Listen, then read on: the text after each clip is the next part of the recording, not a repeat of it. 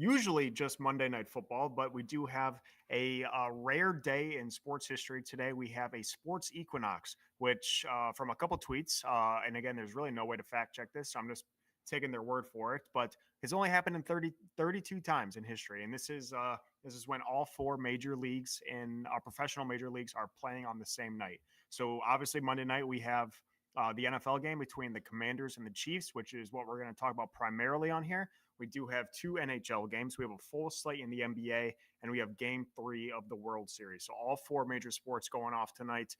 Did I make a parlay with way too many legs and throw way too much money on it? I might as well just burned it. Yes, the answer to that is always yes. I mean, we have to do it, especially if there's only 32 times in history that this happened. But really excited about, well, actually not excited, but hopefully some of my bets in the NFL. There's a decent amount of games on full slate NBA, actually. Pretty much everyone's playing, it seems like, an NBA. And we do have a Pistons-Cavs game on Peacock that I might tune into for my first Pistons action that I'll watch fully on the year. That is at starting here in 17 minutes. We have two NHL games, not much there, and then obviously the World Series game, which I've kind of lost attention to, but still important to some of our viewers here. But welcome, Ethan. I know we had we were live yesterday. We were live on Saturday as well for college football.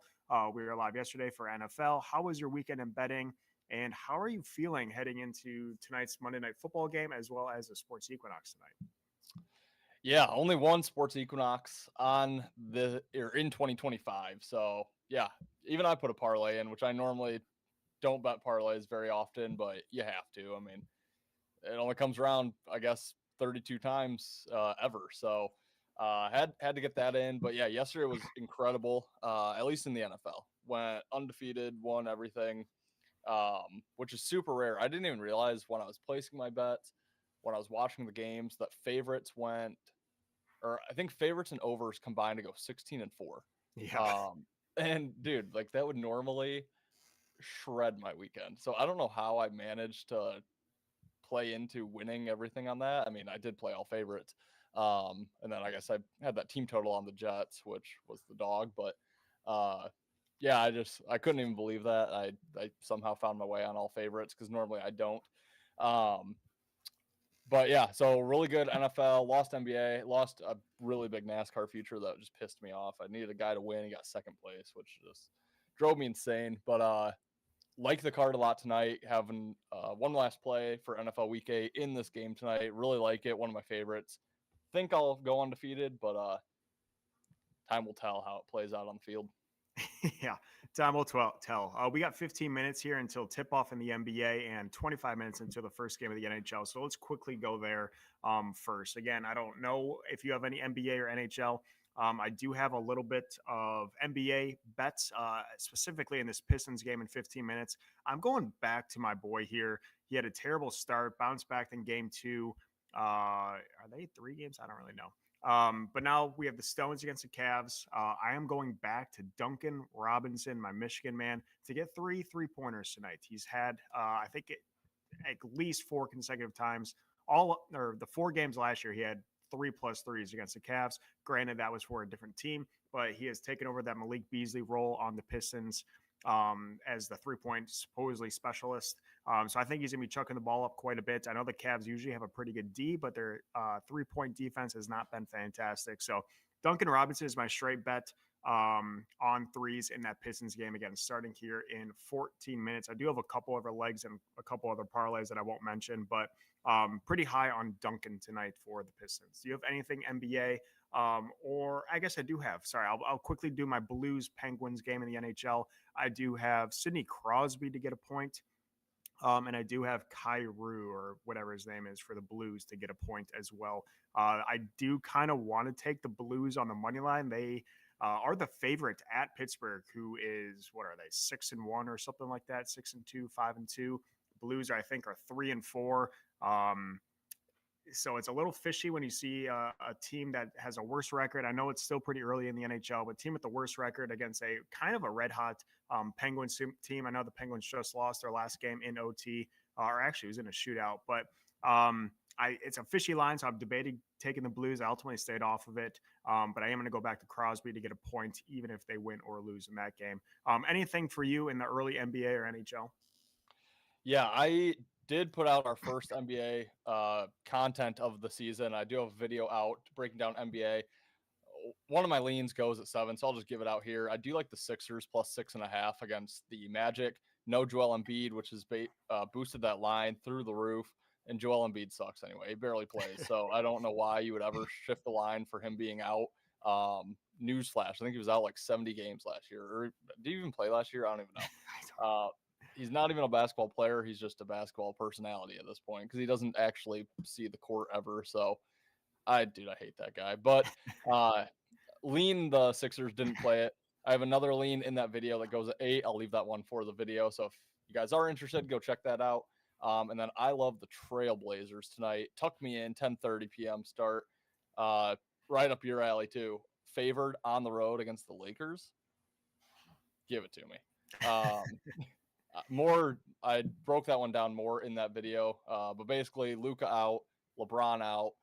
You would think injured player theory, but Luka was out yesterday. They got a road win now. Back-to-back games. They had to travel back home from Sacramento. The team's not going to get up today for the Luka injury like they did yesterday, in my opinion. Like the Trailblazers a lot. So I've bet the Blazers. I am on St. Louis in hockey. Think that's a really good spot for the Blues. Penguins think they're off to a really hot start, but I think when the season's over, they're going to be like a bottom 3 team in the NHL. Not projected to have a very good season. Very old. They're without one of their best players, Rickard Rakell, who was placed on the IR. And the Blues, the one thing that concerns me is they were part of that game against the Red Wings where they blew a 4-0 lead, lost 6-4, and they have the Red Wings tomorrow night. So them playing a second game against the Wings tomorrow gives me just a bit of hesitancy, but I do think after blowing a 4-goal lead, there's going to be some urgency to get that bad taste out of their mouth that put them on a 3-game losing streak. Think this is a good spot for the Blues to bounce back, start feeling a little bit better about themselves, and then taking on Detroit tomorrow. Yeah, I love the Blues. I probably should play it.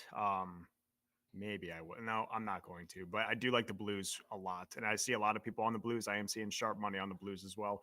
And I know it's still pretty early to just base bets like I normally do on records. We're only 7-8 games into the season here. But when you see a 3-4-1 team in the Blues against a 6-2-1 team in the Penguins at home, Penguins are the dog.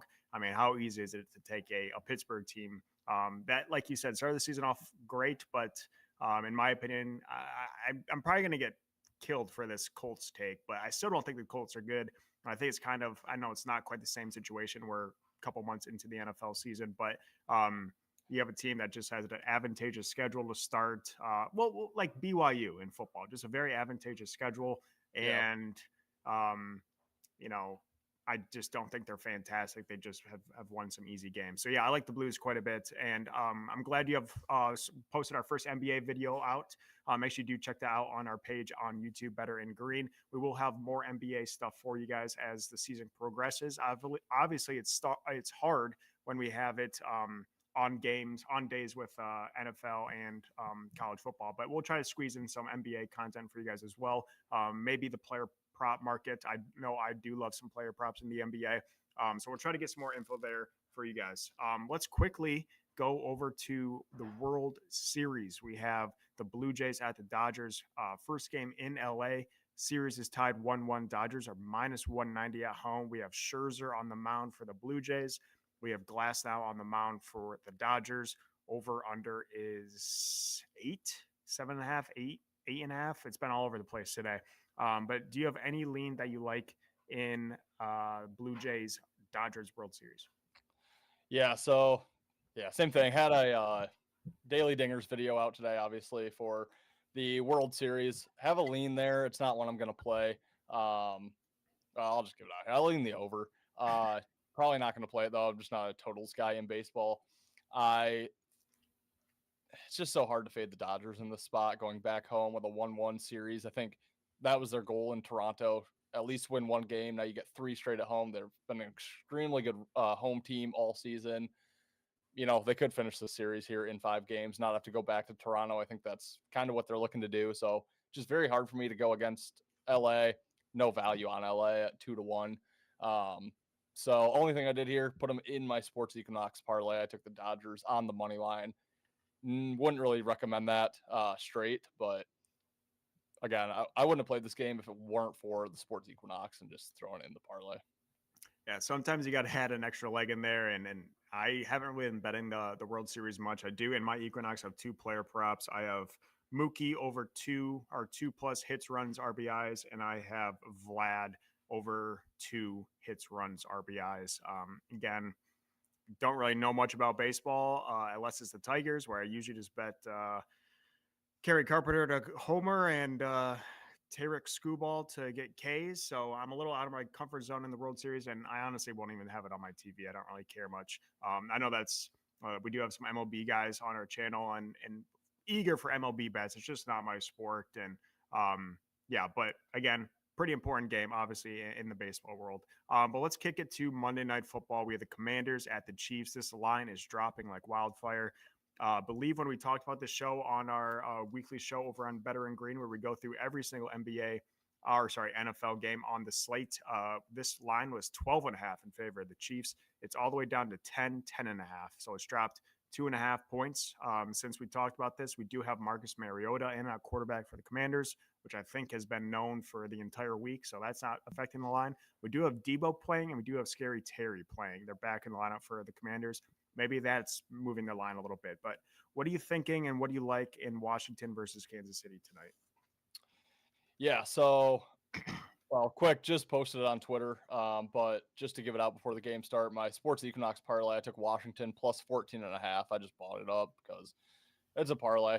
And it was available at 10. Didn't want to land on 10, get the push. So I just bought a few extra points. Wouldn't do that straight just for the parlay. So it's Washington plus 14.5, Portland Trailblazers money line, Dodgers money line, Blues money line. So that is the Equinox parlay, but I do like Washington a lot. I did lock them in straight at plus 11.5 before the line moved. I wish I got that 12.5, but 11 and 12 are pretty much dead numbers in the NFL. So yeah, I like Washington a lot in this game.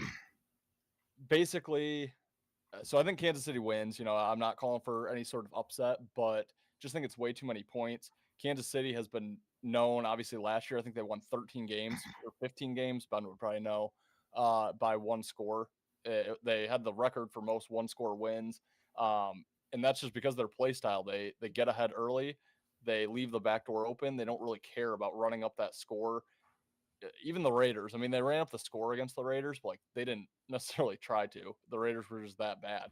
But I think Gardner Minshew was in the third quarter in that game. So now you have a competitive team getting reinforcements at receiver. McLaurin is back.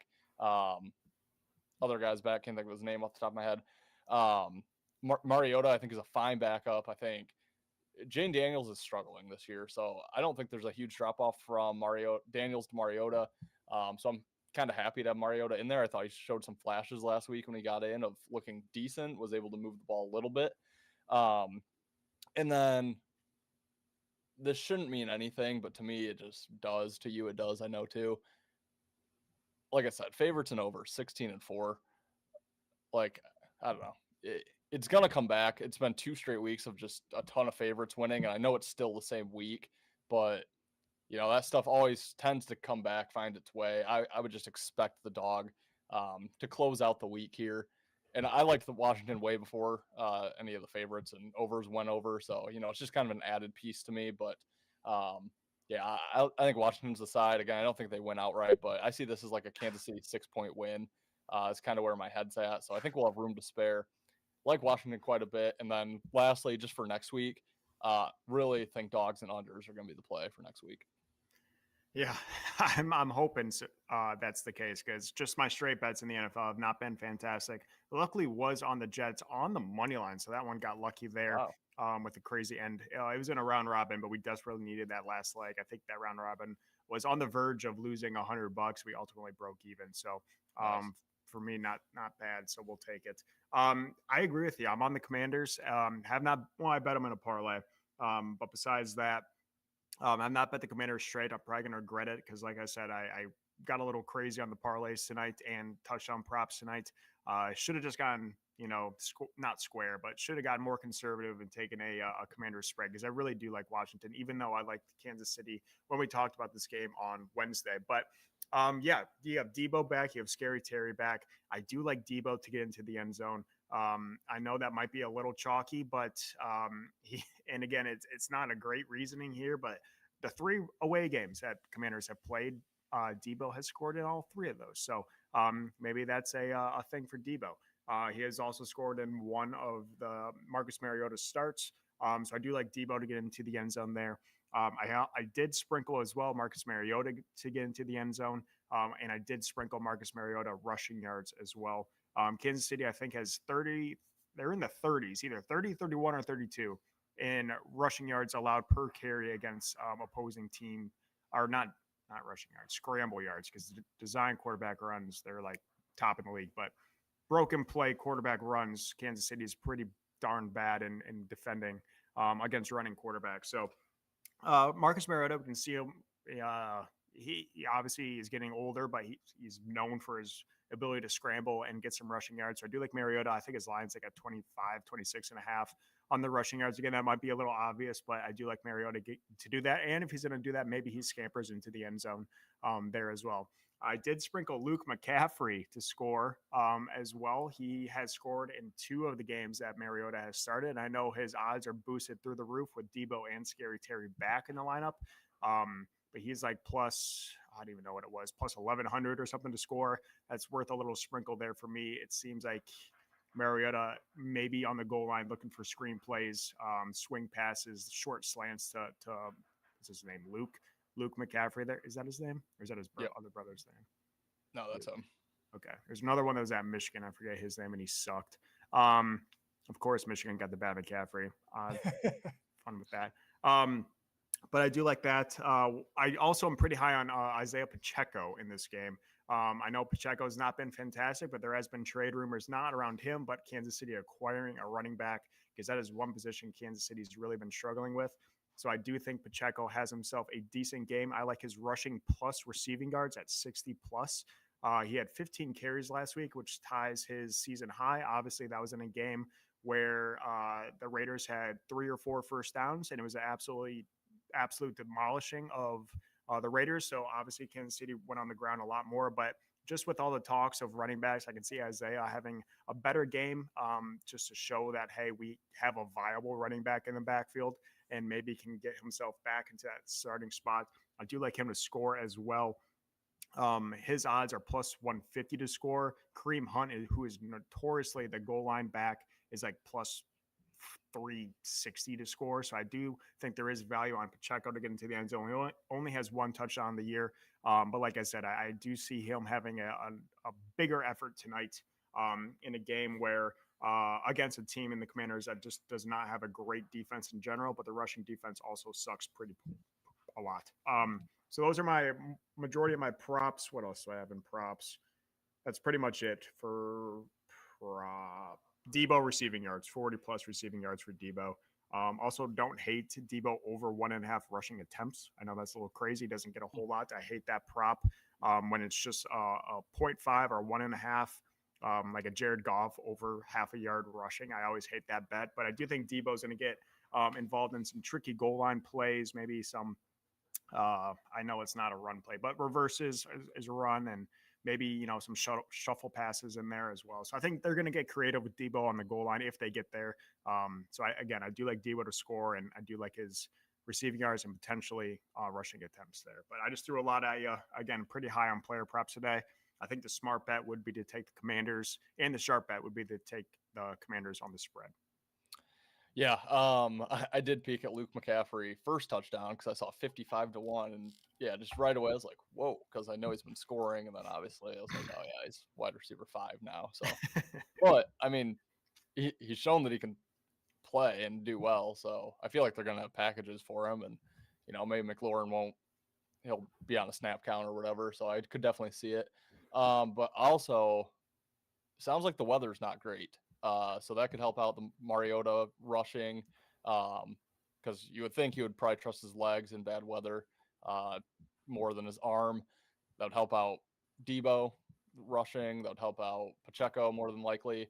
And who did? Oh yeah, I think it was the Lions game. I was shocked with Kareem Hunt's usage. I just thought I expected it to be a lot. I almost bet him to score. Luckily, I didn't because he barely touched the ball in that game. I felt like maybe I'm wrong. I could go back, but so yeah, I like Pacheco there. I think they're really putting focus on Pacheco. At least I felt that in the Lions game that they were trying to make Pacheco kind of their lead guy and not so much Kareem Hunt anymore. So yeah, I don't necessarily disagree with any of those props there.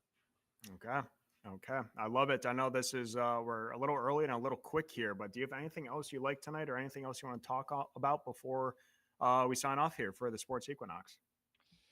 I don't know. I'm looking forward to actually having a Pistons game that I don't have to stream on a choppy ass 6 pixel stream. So that's really cool that we get to watch that now.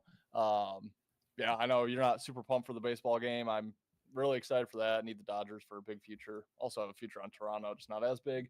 And then yeah, football, hoping to sweep the week. That would be God, dude. I don't remember the last time I swept an NFL week, so would be awesome. Yeah, yeah, you're saying hot, and again, Ethan is 6-0 yesterday, going for or 6-0 on the weekend, going for 7-0 on the Commanders on the spread. I love it. You know what, I might just deposit some more to tail that. But yeah, super excited for all the games tonight in general. But yeah, thank you guys for tuning in. Again, make sure you do like and subscribe over here on our YouTube channel at Better and Green. It's our major channel, our biggest channel, and it's where we're trying to get the most subscribers and traction on it. So make sure you guys do follow along over on YouTube. We do have our NFL show coming out next week, as well as our college football show coming out. Really excited for this weekend in college football. I'll be at the Michigan game. It's not going to be a great game, but it'll be nice to watch my first sports game of the year in person. So I'm excited for that. And again, as always, we'll continue to give you guys bets throughout the week in a variety of sports. We're going to get more NBA for you guys and more NHL as well for you guys. But just super excited for everything really picking up. NFL, NBA, NHL, and college football all in the heat of things. So really exciting. We have college basketball. How did I forget? College basketball starting next week. Super excited for that. I know you're very excited. And as always, we will have some college basketball shows and content for you guys as well. So we cover it all over here at Better and Green. And make sure you guys do follow along if this is something you're interested in and enjoy. But enjoy your guys' Monday. Hope you guys can all make some money on this rare Sports Equinox. And